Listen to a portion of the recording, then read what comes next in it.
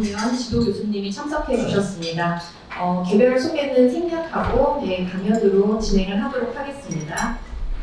오늘 최고의 과정 10회차 강연을 맡아주신 강사님을 먼저 소개를 드리도록 하겠습니다. 김경록 고문님께서는 서울대 경제학 박사 출신이시고요. 현재 미래에셋 자산운용 고문을 맡고 계시며 슬라이드에서 보이듯이 서울대학교 경인교수님을 함께 맡고 계신 것 같습니다. 그리고 이전 미래에셋 은퇴연구소장, 그다음에 미래에셋 자산운용 대표이사, 미래에셋 캐피탈 대표이사, 그리고 미래에셋 자산운용, 채권운용 CIO를 역임하셨습니다. 자, 그럼 오늘 김경록 고문님의 세계 경제에 대해 전환과 저성장 그리고 고부채 사회에 관련된 강연을 시작하도록 하겠습니다. 큰 박수로 맞이해주시면 감사하겠습니다. 네, 반갑습니다. 방금 소개받은 김경록입니다.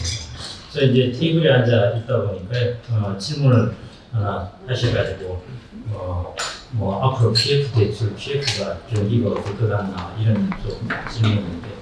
그 질문에 대한 답을 저 테이블에서 말씀을 드렸습니다만 그게 궁금하신 것 같아서 그런 부분 조금 간단하게 말씀드리고 또 들어갈까 합니다. 이제 금리 인상 부분인데요. 작년부터 계속 틀려왔습니다. 시장의 전문가들도 채권 시장의 전문가들도 작년에 계속 틀렸습니다. 한 3번을 크게 틀리고 올해 들어와서 또 틀렸습니다. 그래서 또 한 4번을 지금 틀리고 있는 것 같습니다. 자, 이제 제가 오늘 말씀드릴 것은 그 다음에 이야기. 언제 경제 틀이 우리나라가 어떻게 변하고 있는가. 지금 이 말씀드린 갑자기 금리가 스파이크처럼 올라가고 이렇게 됐던 것들이 왜 이런 일이 일어나는가 하는 부분에 관한 것들을 제가 좀 말씀을 드려보겠습니다. 저는 이제 외환위기 때부터 시작해가지고 그 다음에 2003년 카드채 사태, 2008년 글로벌 금융위기, 2011년 유럽 재정위기, 이때 계속 이제 코로나 팬데믹, 이때 이제 시장에 쭉 임발부하면서 이제 진짜 험악한 시기들을 쭉 보냈는데요. 그 시기들을 보내면서 제가 이제 계속 했던 질문들이 많은 질문들 중에 이렇게 응축되어서 이렇게 몇 개로 추려진 질문들이 있습니다. 그 제일 제가 첫 번째 한 20년 전부터 했던 질문입니다. 우리나라는 외환위기를 경험했다고 했는데 한국은 외환위기 이후에 왜 이렇게 잘 살게 되었을까 하는 것입니다. 그럼 외환위기가 도대체 축복이었는 것인가 하는 것이죠. 왜 이렇게 잘 살게 되었을까? 한국이 잘 살게 되었느냐 마느냐는 이 테이블, 이 그래프를 보시면 알겠습니다. 우리나라가 이제 95년에도 94년 이 정도의 $10,000였습니다. 1인당 GDP가. 그러다가 이제 올라갔다가 다시 거꾸로져서 2000년에도 $10,000였습니다. 자, 2000년부터 2020년, 이 20년을 한번 생각을 해놔보시기 바랍니다. 이게 아주 중요한 시간대입니다. 그래서 오늘 제가 주도에게 말씀드릴 게 2000년에서 2022년, 이 20년간은 앞으로 잊어야 된다는 것입니다. 이 경험은 이제 잊어버리고 우리는 새로운 페이스, 새로운 패러다임에 들어가는 그런 상황이 올 거기 때문에 과거 20년 동안 보아왔던 이 경험은 잊어야 한다는 것이 오늘 제 이제 주된 포인트인데, 제가 한번 보시면은 1인당 GDP가 우리나라가 2000년에 $10,000였다가 2017년 가면은 $30,000가 됩니다. 불과 17년 만에 1인당 GDP가 3배가 되게 됩니다. 이거는 어마어마하게 빨리 증가한 것입니다. 보통 이제 $15,000를 중진국 트랩이라고 그러거든요. 그래서 지금 이제 중국도 좀 있으면 중진국 함정에 빠질 것이다 이런 이야기를 하는데요. 우리나라도 뭐 $15,000, 남미가 딱 그 정도입니다. 남미가 저기를 못 벗어나는 거예요. 그래서 남미가 대표적으로 이제 중진국 트랩에 빠진 나라인데, 우리나라도 이제 $10,000하고 저 외환위기 때 저거 중진국 트랩에 빠졌구나 뭐 이렇게 생각을 했는데 2000년부터 2020년 동안 거침없이 올라갑니다. 거침없이 올라가서 지금 $34,000 정도. 이 정도이고요. 구매를 기준으로 하면은 일본보다 우리나라가 더 높습니다. 뭐냐면, 우리나라가 버는 소득으로 가지고 우리나라 물건을 일본보다 더 많이 살 수 있다는 거죠. 그러니까 실질적으로 느끼기로는 우리가 더 부자인 것처럼 느껴집니다. 그래서 이게 이제 우리나라가 20년 동안 보아왔던 것입니다. 과거 20년. 그리고 우리나라의 많은 사람들은 이 20년의 기억을 갖고 있습니다. 이때는 주택 수요도 많았고 경제 성장도 높았고 그 다음에는 소득이 많아지니까 사람들이 돈도 막 쓰게 되고 막 이런 시기를 이제 대부분 생각하고 있습니다. 이게 $10,000과 $30,000를 이렇게 생각하시면 뭐 크지 않다고 생각할 수 있는데요. 보통 3인 가구를 한번 생각해 보십시오. 이게 1인당 GDP거든요. 그래서 3인 가구면은 그 가구는 2000년에 보면은 $30,000였다는 것입니다. 3천만 원 정도이죠. 그냥 1,000원이라고 간단히 보겠습니다. 그러면 2020년에 가면 약 이게 $33,000, $34,000 이렇게 되는데 3인 가구로 보면은 $10만 되었다는 것입니다. 가구로 본다면은 2000년에 3천만 원 정도 벌던 가구가 2017년에 가니까 1억 원을 벌던 가구가 되었다는 것입니다. 가구 3명이 다 벌지는 않죠. 그러니까 3명 중에 한 가구주가 있더라도 그 가구주가 버는 페이가 한 3, 4천만 원에서 1억 원이 되었다는 것입니다. 이게 우리나라가 20년 동안 보여준 모습이었습니다. 찰스 구다트라는 사람이 2019년에 이 책을 썼습니다. 제가 이제 자기의 이제 그 내용을 보면 자기가 쭉 책을 썼던 때가 그를 탁 마칠 때가 2019년이었습니다. 이때 물가 상승률이 0%, 1% 이랬습니다. 영국의 물가 상승률이 영국 사람인데요. 그런데 찰스 구다트가 그때 자기 책에서 무슨 이야기를 하느냐면은 앞으로 2, 3년 내에 영국의 물가가 2자릿수 갈지 모른다 이야기를 했습니다. 이거 아무도 안 믿었죠. 말도 안 되는 소리였습니다. 근데 실제 2자릿수 갔습니다. 찰스 구다트가 들고 이유를 이야기를 하는 거 보면은 이 사람의 책 제목입니다. The Great Demographic Reversal입니다. 어마어마한 인구 구조의 역전이 일어난다는 것이 이 책의 내용입니다. 어떤 역전이 일어나느냐? 생산 인구는 확 줄어들고 반면에 고령 인구가 증가하는 이런 어마어마한 역전이 일어난다는 것이죠. 고령 인구는 생산을 안 하는 반면에 물건을 쓰는 반면 생산 인구는 물건을 생산을 하는 것이니까 그런 인구의 비중이 줄어들면서 결국 물가 상승 압력을 계속 받게 될 것이라고 이야기를 합니다. 그래서 Great Reversal 기간에 들어간다고 하는데 그게 이제 아까 제가 그래프에 보여드린 것처럼 이제 아까 앞에서 보이던 것처럼 이제 그런 일들이 일어난 것입니다. 작년에 이제 2022년이 다들 여기 혹시 자산을 운용하시는 분들이 계시면은 쇼크를 많이 받으셨을 텐데 작년에는 전문가들도 다 난리가 났습니다. 소위 말해 전문가 기관에서 자산을 운용한다는 전문가들도 다 엉망이 났는데 작년에 수익률이 이전인데 이게 뭐냐면은 주식의 수익률도 마이너스 20%, 채권의 수익률도 마이너스 17%. 뭐냐면은 무슨 자산을 갖고 있든지 다 손해를 봤다는 것입니다. 이게 이제 1871년 이후에 약 150년간의 이제 데이터를 이렇게 쭉 채권과 주식의 수익률을 해놨는데 이렇게 둘 다 마이너스가 커진 이 3분면에 있은 것은 작년이 처음이었습니다. 그래서 작년은 상당히 이제 특이한 때였던 것이 150년 만에 처음 이제 큰 마이너스 수익률을 보였는데 그 다음에 작년에 보면은 이제 뭐 여러 가지 일들이 겹칩니다. 스태그플레이션, 물가는 오르고 성장은 떨어지고 1970년대 이후에 50년 만에 일어난 일입니다. 팬데믹, 스페인 독감 이후 100년 만에 일어났습니다.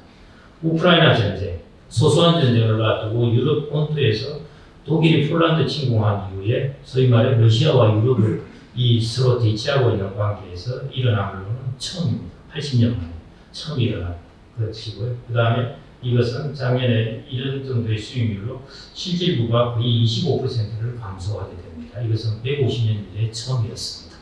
그래서 작년은 아주 여러분들이 쇼크를 받으셨다 하더라도 전혀 이상하지 않은 어마어마한 쇼크를 작년에 사실은 다 받았던 것이고요. 이런 것들이 어떻게 보면은 우리가 2000년부터 2020년까지 있었던 소위 말해 20년 체제의 종식을 알리는 신호탄이 아닌가 저는 이제 그런 생각을 했습니다.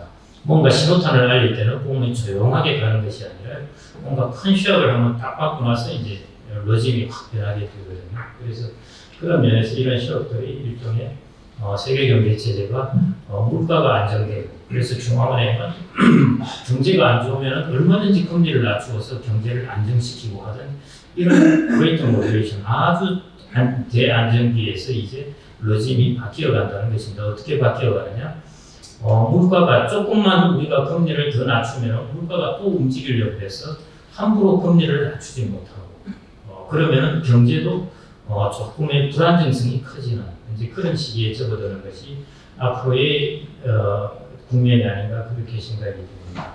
이게 그 유명했던 60년대 미국의 소비자 물가 상승률이고 이게 70년대 두 번의 물가 상승률입니다. 이때가 1차 오일 쇼크가 왔을 때, 2차 오일 쇼크가 왔을 때입니다.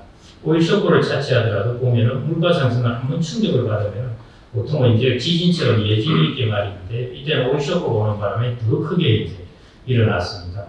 이게 이제 그 2020년대에 들어와서 물가 상승률입니다. 겹쳐서 그려나가는 것인데요. 거의 비슷하게 따라오죠. 지금 여기서 아마 올해 말 정도 되면은 물가 상승률이 3.5 정도는 될 테니까 미국이 한 이 정도 내려올 것 같습니다. 그 다음에 어디로 갈 것인가 부분이죠. 뭐 이까지 이렇게 이런 쇼크이 유가라든지 이런 쇼크이 없을 테니까 이런 것까지는 안 오르겠지만은 여기서 한 번에 이렇게 여지는 보이는 그런 모습이 될 것 같습니다. 그래서 이제 물가 상승의 세컨드 웨이브가 아직은 남아있는 그 불안정성이 남아있는 때입니다.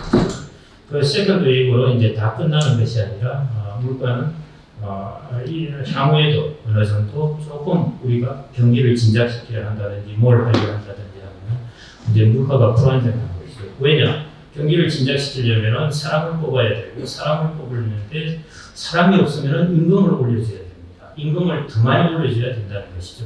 이전처럼 막 젊은 사람이 많으면 야 경기가 좋은데 사람 뽑아 하더라도 임금을 증가 안 시켜줘도 됐습니다.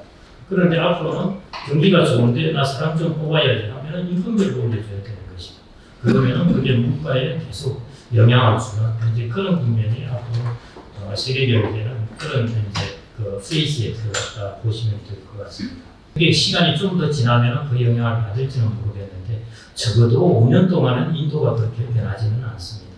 그래서 그런 면에서는 저런 불안정성을 가지고 있다 이렇게 보시면 되겠습니다. 네, 질의응답 있으신 분 있으면 네, 질문해 주시면 좋을 것 같습니다. 그냥 다른 금이가 구체적으로 어떤 거가